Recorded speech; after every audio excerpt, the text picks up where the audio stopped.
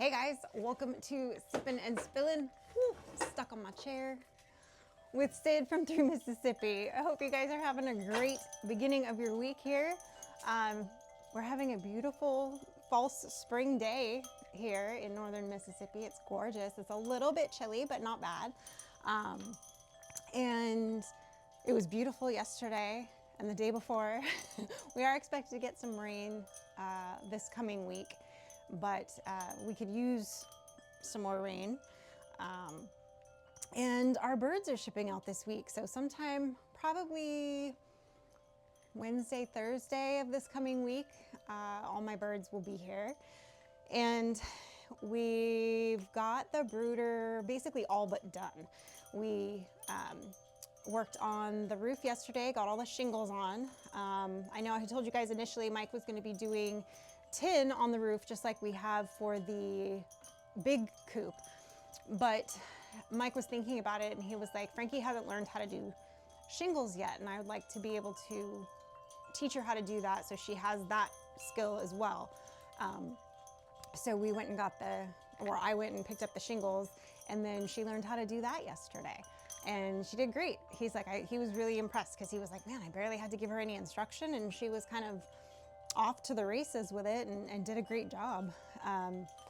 Got one of the windows put in, and there's gonna be 2 windows in it for ventilation and just be able to kind of, I won't really be able to peek in because they're a little bit high off the ground for me because I'm short, but it'll be nice to have some ventilation for when you have older birds in there later in the summer, if you're doing a batch, or if in the off season, if we're using it for something else. He had talked about maybe doing some of his seed starts in there, or if he needed to put a plant in there for something that he's working on, that he could utilize that space for that, because again, it has electricity because it needed to be able to run the hot plates for the chicken nuggets. So it'll hopefully get used a lot for different things between my birds and his plants, and it'll be a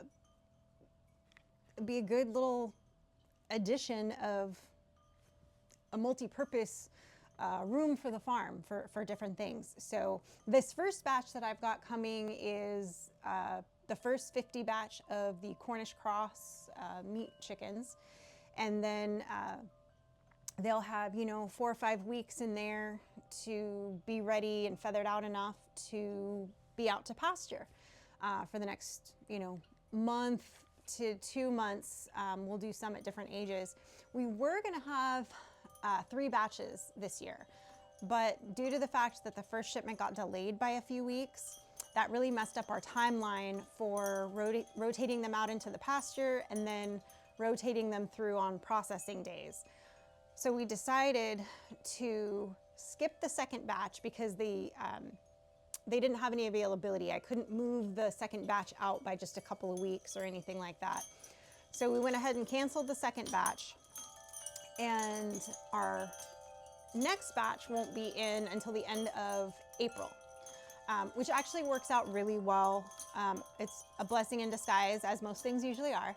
I think that's going to give us some more time to work on some other things, and because sometimes summer can be a little bit stressful. It's when everything's popping off in the farm. The garden's going crazy. There's a lot going on with the animals. There's processing to be done, and it's a constant, never-ending thing. But it's also a time when Frankie doesn't have school, so we might try to do a family trip, or we have the meetup to go to for YouTube.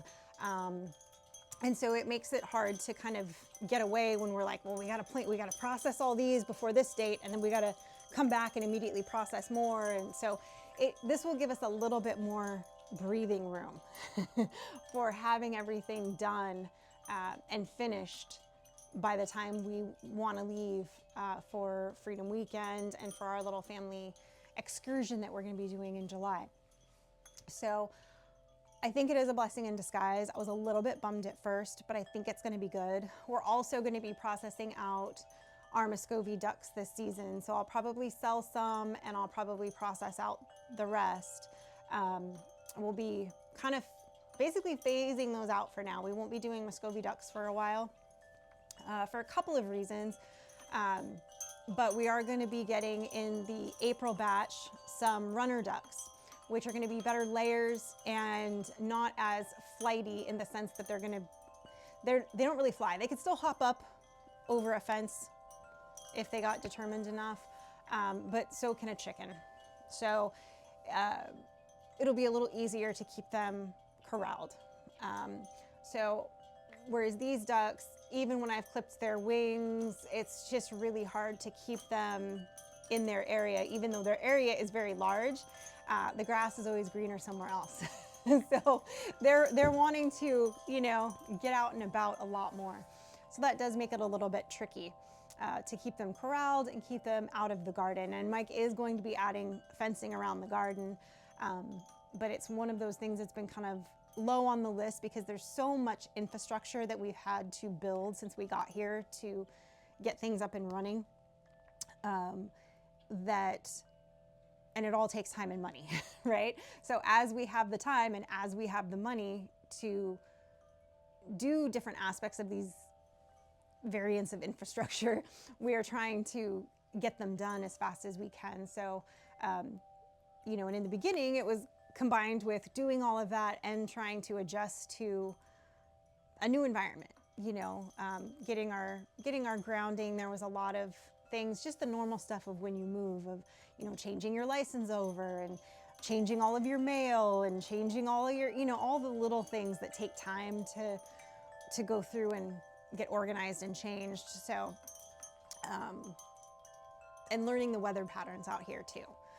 So now we've got, not that we have it mastered, we're not exactly, you know, it's not like we grew up here, so we don't know, you know, quite the way that the locals do as far as some of the weather patterns, but definitely have gotten a feel for it pretty quickly, I would say, of like kind of being able to tell when there's a storm coming, kind of being able to tell like, oh, it's probably gonna be nice for the next couple of days, and just kind of having that knowledge of like making it a little bit easier of when we're going to be wanting to do certain things. So all while, you know, of course, working around Mike's work schedule as well. So I think we have gotten a lot done up to this point. There's always going to be more to do, but that's the nature of, you know, home and land ownership, and there's always something to do. Today he's working on, I think he's running the row builder today to prep some of the area in the garden that he's going to be planting before too much longer. And then he's going to be going out and bush hogging a few areas.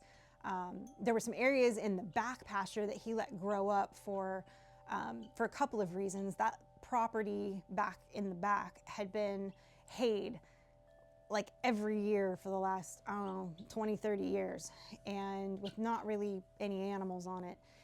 And so the pasture itself wasn't in the best shape as far as nutrients and plant variety and things like that. So he'd cut it, let it lay, and then he let it grow up. And now he's gonna cut that and let it lay, and hopefully continue to improve the pasture that's back there, because we will be rotating sheep through there in the not too distant future. I think he's pulling around right now with the tractor. I hear him coming. But all of those things, hopefully it doesn't get too loud, all of those things will help improve that and will make for better nutrients in the soil, healthier soil, which makes for better grasses, which makes for healthier livestock. So, you know, it's a process of getting all of these things accomplished and making it all work together cohesively so that everything is regenerative. So yeah, so big week with the first batch coming and getting that ready. The plan for now, I'm gonna put all the birds in this, inside the brooder. He's, like I said, it's all but done. He just has to add the door on the front. And so hopefully tomorrow night or Tuesday night, I will set up the brooder in the brooder with the hot plates. I like to let them run for a day or two before the birds get here so that I can make sure everything's working, that the temp is still consistent. get their food and waters ready so that when the birds actually get here and I go pick them up when I get home, I can just get them settled. So that'll be this week's beginning part of the week chore. Hi, handsomes. And yes, she's a good boy, Bunk. Bunk's down here, of course. I know. And then, all right, I know you're gonna try to come up. I hear you.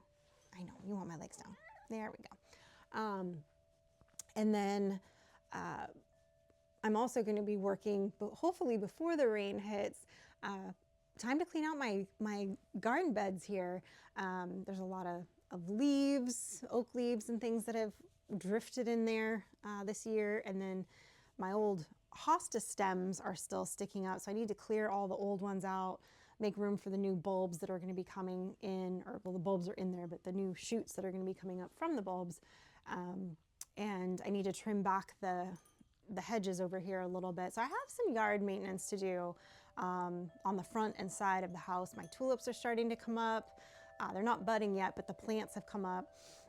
So I just need to clean out some of the other plant debris that's around all of my plants right now and get in there with the rake and even out the bedding and do all of that good stuff. So kind of a lot that I want to get done this week. But I think I have a good plan for getting it all done. I'm gonna, this afternoon, since it's Sunday, I know you guys are watching this on Monday, but Frankie has youth tonight, but I'm gonna try to take this downtime in between and work on editing Tuesday's video of everything we shot on the brooder yesterday. And then that will allow me time on Monday and Tuesday to work in here and get some things done and start working on the other footage for Friday's video. So I can kind of stay on top of it. And then I should be set. Should be golden, pony boy. So we'll see. And then, remember this week on Wednesday, it is Ash Wednesday, so we will not have our live this week as we normally would, because we'll be at church service. So we will be skipping our live this week. I'm sorry, but them's the breaks. And yeah, so busy beginning of the week. I'm hoping I can get a lot done the next 2 days and really make a dent in my list of stuff that I want to get done and get it all squared away. And all while still trying to find my lambs. We are going to be heading to an auction, hopefully if all goes according to plan, next Saturday that we found that's not too terribly far, that does have sheep. So we're going to go kind of check it out. May or may not purchase anything that day. It depends on what's going to be available and the looks of it and all of that. I am hesitant to buy breeding stock from an auction. However, this is a slightly different scenario for these auctions that are right near us. So I think it's a little safer as that goes. But I am still trying to find some that are what I'm looking for, that are not crossed, that are, in the reasonable price range for what we're wanting. So I do still have some feelers out.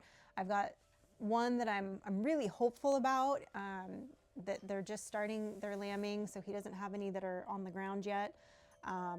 But he's the one that I have found that's the closest in proximity to us, which would mean that I wouldn't have to drive a half a day there and a half a day back or more to collect said ewes. So I'm keeping my fingers crossed that one works out, because the less time I just have to, waste a day driving and trying to find that time to go do that, the better. So especially this time of year, it's getting close to Frankie's birthday. She's turning 15, so we've got a lot of things we have to take care of for her to get her permit, a lot of phone calls I have to make to get that squared away, and paperwork that has to be done for it. So kind of a lot of stuff to try to nail down this week, so that the week of her birthday, or the day of her birthday, we can get that piece of paper for her, so she can start, driving us to town and really practicing on the main roads. So, she's been should be in practice, and this is the South, but like not on the highways, and not, you know, she's been driving the back roads with us, and that's it for right now. But once she gets that magic piece of paper, you know, we might be like, well, we're driving to Home Depot. Okay, you're gonna drive us there, you know, and see how she does. So say a prayer for us. She's a good driver, but it's hard. It's, you know, it's one more little piece of independence that she's getting. And of course, you know, this year on her actual birthday, she's got color guard practice, which she loves, and I love that for her. But of course, afterwards, she wants to go out to dinner with her friends and her boyfriend, and not her parents. This will be the first year that she's like, we're not doing that, Mom. We'll hang out the Saturday before. I'm like, okay. So it's just a little bit like, and so it begins. I knew it was coming, but it's a little, you know, just one more step to her independence, and only a few more summers left, as they say, before she would be potentially leaving the nest. So I'm excited for her, but it's also a little nerve-wracking, I guess. So, but you know, that's why I have my babies, my sheep and my birds and all my other stuff that I know are going to be a good replacement to keep me occupied during those times when my own youngin is growing up and out of the nest, so to speak. So anyway, guys, that's what's going on this week. I better get back to work editing on that computer and doing what I need to get done to make the beginning part of my week flow smoothly, as it were. But I appreciate you guys. Remember, no live on Wednesday, and I hope you all stay blessed. And remember, safety's off.